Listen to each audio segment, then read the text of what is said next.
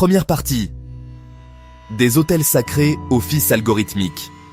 La grande migration de la croyance. Imaginez ceci, si vous voulez. Un autel imposant, sculpté dans la pierre lourde, de l'odeur de l'encens et de siècles de prières murmurées. Pendant des générations, ce fut le centre de l'univers, pour une communauté un point d'ancrage physique, pour le concept intangible du sacré. C'est ici que les plus grandes questions de la vie étaient posées, et où des réponses divines étaient attendues. Le sacré était un tissu partagé, tissé à travers les rituels, les fêtes et les croyances communes, qui liaient les gens entre eux, donnant à leur monde un sens profond et incontestable, d'ordre et de signification. Maintenant, juxtaposez cette image à celle-ci, le rectangle frais et lumineux d'un smartphone dans votre main. Votre pouce, se déplaçant avec un rythme presque inconscient, fait défiler un fil sans fin. C'est le nouvel autel. Au lieu d'un prêtre, il y a un algorithme, un ensemble complexe de règles écrites dans une langue que la plupart d'entre nous ne comprennent pas. Le sacré n'a pas disparu. Il a simplement subi une migration monumentale. Deuxième partie, la main invisible. Comment la science a détrôné la magie et laissé un vide. Alors, comment en sommes-nous arrivés là? Comment avons-nous échangé les vitraux contre le verre Gorilla Glass?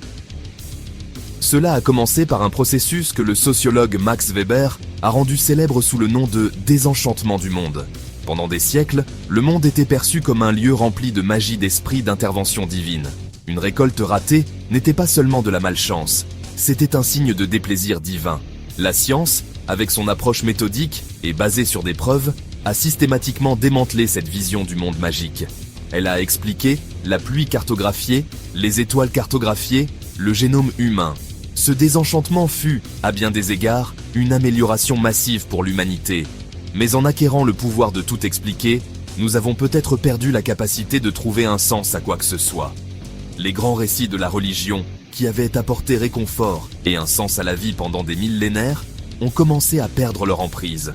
Nous nous sommes retrouvés dans un monde riche en faits, mais pauvre en signification générale. Comme d'autres penseurs, tels l'anthropologue français Georges Ballandier, l'ont observé, le sacré ne disparaît pas simplement lorsqu'il est remis en question. Il a tendance à réapparaître dans les lieux de tension, de conflit et de désordre. Il prospère dans les espaces liminaux.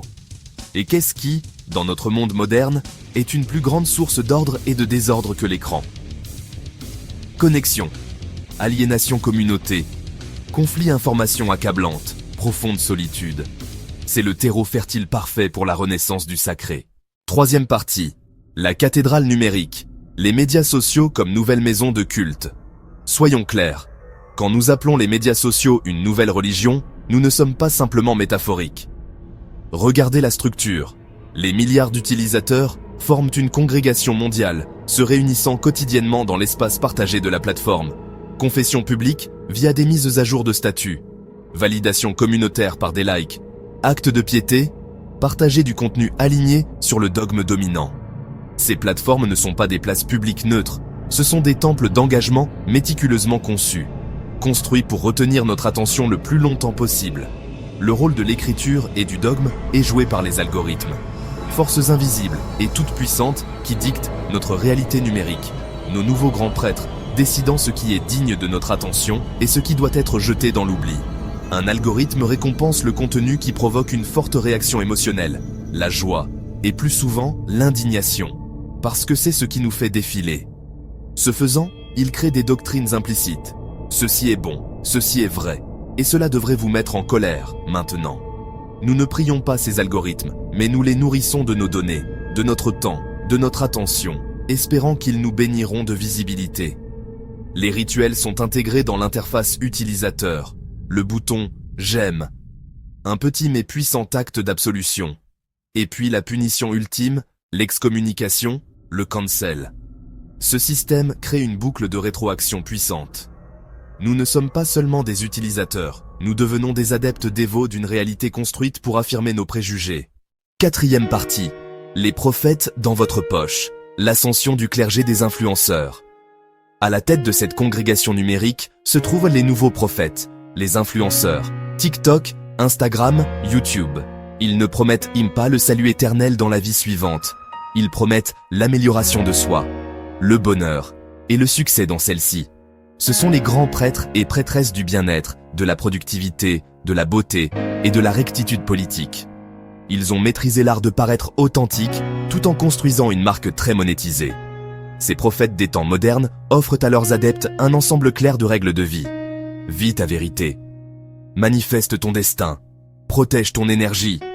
En suivant leurs conseils, en achetant les produits qu'ils recommandent, en adoptant les habitudes qu'ils prêchent et en faisant écho aux opinions qu'ils défendent, les adeptes ressentent un sentiment d'appartenance et de but.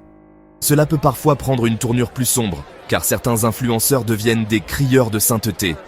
La première étape, reconnaître le jeu. Premièrement, ralentissez le défilement.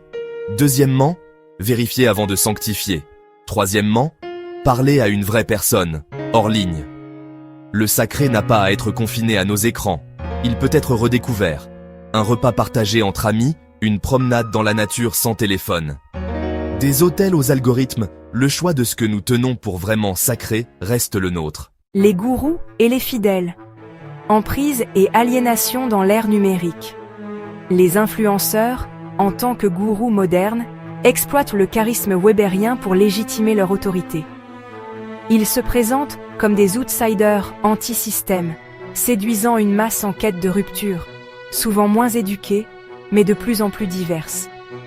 Figures comme Trump ou Musk deviennent des nouveaux prophètes, avec des discours émotionnels et simplifiés, court-circuitant les médias traditionnels via les réseaux. La politique elle-même devient un spectacle religieux, où le populisme est une idole.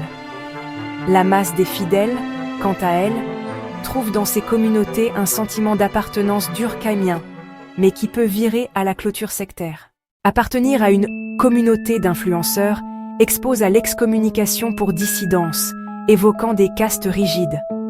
Les dérives sectaires pullulent, théories complotistes, emprises psychologiques, où la foi en l'influenceur supplante la raison. Comme le note un observateur, l'extrémisme religieux sur les réseaux est un outil de domination sur les plus faibles, non une recherche spirituelle authentique. Même les influenceurs religieux, prêtres ou sœurs sur TikTok, adoptent ce rôle, évangélisant 2.0 pour reconquérir les âmes perdues. Mais cela soulève des questions. Est-ce une réponse à la quête de sens ou une marchandisation du sacré? Dans une société où l'on juge plus qu'on ne croit, ces gourous offrent un réconfort illusoire, masquant l'aliénation sous des likes. Implication et perspective, vers un sacré réinventé. Ce déplacement du sacré vers les réseaux interroge notre modernité. Avons-nous vraiment échappé à la religion ou l'avons-nous simplement numérisée? La sécularisation, comme l'analyse Hervé Fischer, n'a pas éliminé le sacré, mais l'a resacralisé sous des formes profanes. Nous jugeons les anciens dogmes, mais adoptons sans critique ceux des algorithmes. Les nouveaux prophètes des réseaux, avec leur emprise, rappellent que le besoin de guidance persiste, mais dans une version toxique. Influenceurs toxiques menant à des dérives sectaires. Pour contrer cela, il faut cultiver une critique lucide, comme l'appelait Freud, en voyant la religion comme une illusion infantile. Reconnaître les réseaux comme une religion nous permet de juger leurs dogmes, de démystifier leurs gourous et de recliner notre autonomie. Sinon, nous risquons une aliénation collective, où la masse suit aveuglément des crieurs de sainteté numérique, perpétuant un sacré vide de sens véritable. En conclusion, dans notre société où la croyance cède au jugement, les réseaux sociaux émergent comme une religion par défaut, dogmatique, charismatique et souvent manipulatrice. Les influenceurs, ces prophètes modernes, nous invitent à réfléchir. Suivons-nous des guides spirituels ou des marchands de rêves? La réponse pourrait redéfinir notre rapport au sacré pour les générations à venir.